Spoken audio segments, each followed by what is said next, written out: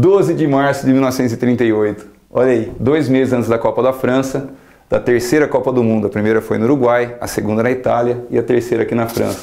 As tropas nazistas invadem a Áustria. Para quê? Para fazer propaganda do nazismo. Você acredita nisso, cara? Um dos interesses do Hitler era invadir a Áustria, convencer os jogadores austríacos que tinham uma seleção excelente, era uma das melhores seleções que você tinha na Europa. E aí o que acontece? Convencendo essa seleção austríaca a jogar pela Alemanha, com certeza a Alemanha poderia ser campeã. Fazendo igual o Mussolini fez. Fazendo o quê? O Mussolini convenceu os argentinos a jogarem pela Itália e assim a Itália ficou imbatível. Em 1934 ela ganhou a Copa e propaganda do fascismo. Os alemães então queriam os austríacos como o Sindelar. Dá uma olhada nessas imagens aí. O Sindelar, um ótimo atacante, um mago, conhecido como o Mozart do Danúbio. Esse austríaco, jogando pela seleção alemã, a seleção alemã com certeza seria campeã. Mas não rolou, ele não quis jogar, cara. Misteriosamente, ele acabou morrendo depois. Qual foi a intenção do Hitler em anexar a Áustria? Uma delas foi convencer os jogadores austríacos a ser o quê? Alemães, e uma ótima Copa do Mundo acontecer para a Alemanha.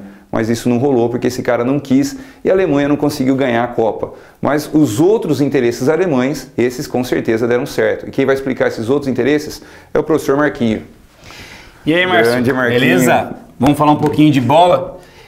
Eu não entendo muito de bola, mas de história eu me esforço, Você tem cara de quem joga futebol, cara. Eu só se for a bola, viu?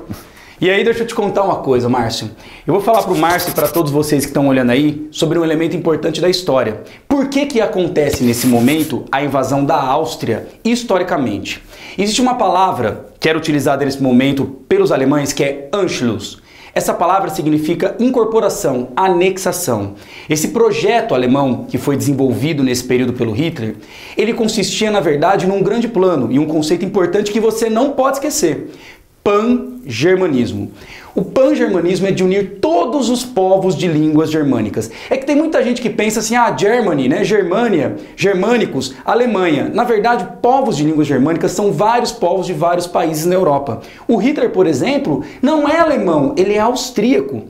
E como ele, muitos outros austríacos queriam unir os povos que eram de língua germânica. Então esse projeto, essa invasão que nós falamos que acontece aqui, vai ser justamente esse plano de começar a formar essa grande Alemanha, essa grande Germânia com todos os povos unidos. E nesse sentido, que o Márcio falou muito bem, a intenção importante dele de unir e também de utilizar como propaganda essa parte do futebol. E vocês percebem como futebol e história estão muito ligados. Não é só jogo de bola, gente, não é só esporte, é história. E vocês percebem como isso tem desdobramentos na história. A morte, por exemplo, misteriosa do Sindelar, ela prova na verdade como existem muitos desdobramentos. Por exemplo, o Sindelar era considerado como um pró-judeu nas investigações da Gestapo, que era o órgão secreto. E aí entra uma coisa muito curiosa, né?